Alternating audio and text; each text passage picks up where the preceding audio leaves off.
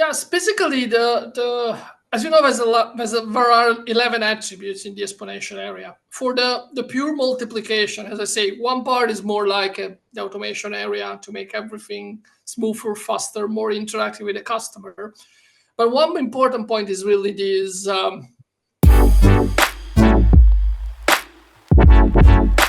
what we call staff on demand leverage assets. And in general, we can call ecosystem. Usually when you design something that should scale exponentially, you try to design it to leverage, say, other companies, other network strength. So instead of trying to take 100 more customer with more advertising, you try to connect with a community that already has the 100 customer you need. You start with interacting with company that already have the 100 customer you need. So for example, you start designing the ecosystem and trying to identify what are the main components I have in my product or services, or where I can find part of this component or enrich part of this component, including existing community, companies, services, etc., etc. And that's what we call multiplier. So because this point of touch will be for you a kind of 10 per connection, because every time you will connect one community, you will find thousand of people. So I guess the first thing is to also accept that it is possible to multiply, that you don't have to do everything yourself. You can leverage others' networks. That's the main important point. You're right. Okay, and then once you've realized that, there's really nothing stopping you. It's just about getting identifying the ecosystem. You don't have to create it yourself. You just identify the existing points and get them working. Exactly. Like if you have a multiplying mindset and you're already in this, how can I get this? I guess you set goals differently as well. Absolutely. Absolutely. Your goals are no more linear. As you say, I want to 100 more customer or 1,000 more customer next year, but are on the contrary are like, I want 2 per next year, 4 per next year, because I identify enough multiplier in my network that could help me to bring my my company forward. And as well for your business model, you start thinking about the only way I can sell my product is a subscription model, but I can start thinking about how can I leverage my business model through every multiplier. Some multiplier will have the same business model. Some multiplier will have a different business model. You can bring in software partner, hardware partner, resellers, etc., etc. So when do you know that it's the right time to be thinking in multiplying terms? So in terms of mentality, I think it's from the D0. And let me explain. So let's say you have a typical startup that would like to produce, I don't know, keyboards, super cool keyboards, manually designed. Okay, that's basic example. And at the beginning, obviously, we think about I will design it and I will start going to Kickstarter to present my product or Etsy or I don't know, whatever network. And that's the typical linear approach. On the contrary, if you start thinking from the day zero that your keyboard will not cost $100 on Kickstarter or other crowdfunding campaign, obviously. And then you start thinking, okay, I will go to every network I can reach that is very into, for example, gaming area. So I will go to Discord, I will go into biggest community of gaming, and I will try to talk with the community leader, will present the keyboard, says, hey, this keyboard is the perfect keyboard for gaming, and then I will give you at this price for your community and this price for you. And then you will start thinking about, okay, what will happen if I'll, instead of having one community, we'll have 10 community. Obviously, you should start with one, testing, getting the feedback, but at least your way of thinking is no more, I need to find all the customer myself. I need to design all the product on myself, etc., etc. The beauty, for example, of having community, and I'm sure you know that, is that you can get a lot of marketing sites for free. You can get a lot of feedback. You can get a lot of product design. And again, you can have a lot of words of mouth. So what I hear you say is it's not so much that you start with a with linear mindset and then you grow out of it into an exponential mindset. You can actually adopt the exponential mindset from the get-go. And then the one step is one part of the ecosystem. Next step, the next part of the ecosystem. But it's absolutely possible to have the exponential mindset from the beginning. Yes, Like, do you have some examples in your mentor career where somebody didn't have an exponential mindset and what that costs them? Yes. Yes, for example, I work with a very nice company that it's a kind of, how could I say, competitor or meetup.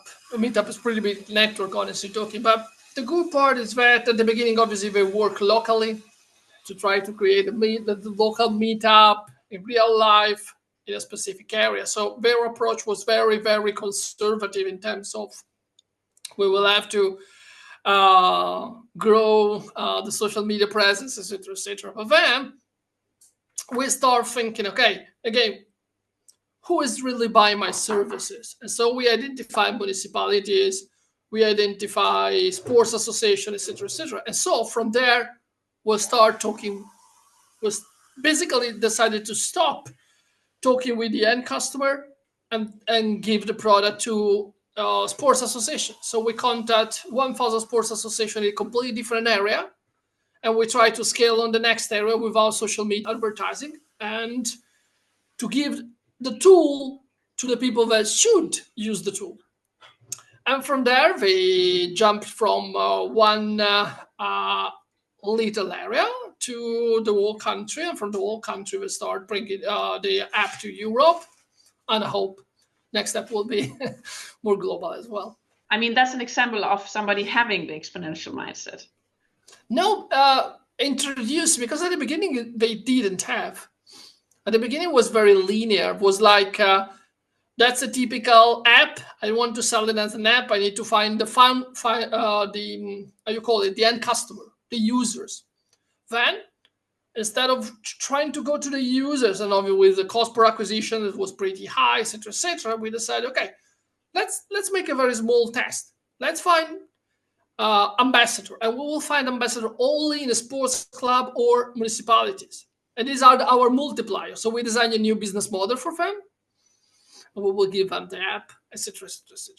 All right. So do you actually also have the numbers of how their growth looked like in the beginning and then after you changed?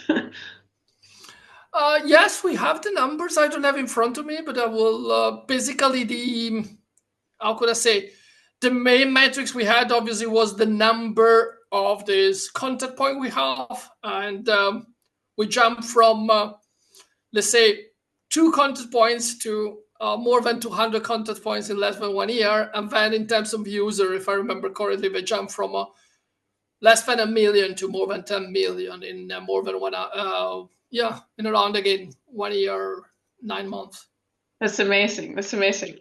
All right. So nobody is stuck with the linear mindset. You can adopt one, and it's all about identifying the multipliers, the ambassadors, the people that you want to reach already. Yeah, that's part. Yes, as I mentioned before, there are 11 attributes you should keep in consideration, but for sure these 2, 3 are the one we always suggest to start with. All right. What could you just quickly mention the list of the others? We don't have to go into depth today. Sure. So the main important, obviously, is what we call the MTP, the massive transformative purpose. And the reason why is the most important, is because usually people like to join initiatives if they believe in your initiative or in your product. That's basically the easiest, no? I think it's the easiest to understand. And then attributes are divided in 2 parts, where acronyms are scale, and ideas. So on scale, obviously, you have, as we mentioned before, step fundament. Step fundament means that instead of having 100 accounts, you will have accounts whenever you need them. So you can, on demand, obviously will imply a lower cash flow excruciating workflow and more cash for the startup of the company. And then we have community and crowds. We just mentioned the ecosystem, etc., the different level of the community you can build. Leverage assets, again, instead of buying infrastructure, sometimes you can find in your network some of it as the infrastructure. Or you can use leverage asset on your company. For example, we've another company that is in printing, is a big company. through predictive maintenance, we identify there's a lot of opportunity. They can rent their own machines to other companies as well. And so they will be the leverage assets, like the Amazon without the AWS. They will be the Amazon owned machinery for printing for other companies. That's a very good way in where you can find a new business model using your existing assets. So if you focus so heavily on using existing assets, isn't there a danger that you're easy to copy? I think today the protection, let's say, is more about your rapidity to get new customer, scale, protect your market in terms of presence, etc., not in terms of this is something I'm the one capable of doing, because I think there's a couple of companies that could say we have something unique. Before the other company, we see a lot of companies having probably unique services or unique unique parts of the product. But most of the time you're talking about something that you will have 10 or 20 or 100 if you think about the printing areas. So for example, I work in with two companies in the renting, heavy machinery renting for construction building. And all the company are offering the same machinery, the same one, same price, quite the same prices, quite the same brands, quite the same machinery. So the competition is pretty high, obviously, and the market is not very diversified. Obviously, how can you protect your market?